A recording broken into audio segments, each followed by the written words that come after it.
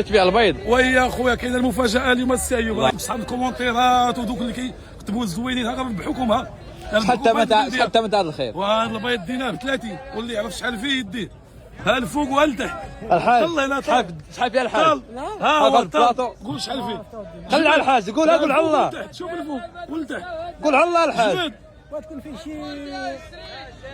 شي 30. لا هو صحابي شحال بلاطو ولا شحال بيض الحاج؟ قول الحاج شحال بيض اللي قال يديها شوف لتحت شوف لتحت تكون شي جبد تكون شي 50. لا ما جبدتيهاش شحال بيض الحاج؟ زقلتوها شحال بيض المرابحه؟ ما بقاتش هذه ما بقاتش 75 لا ما كايناش شحال قلت واحد قرب لي كره الله كره الله. 8 لا واحد ما كايناش. اللي جاب قرب لي هو هذا قرب لي.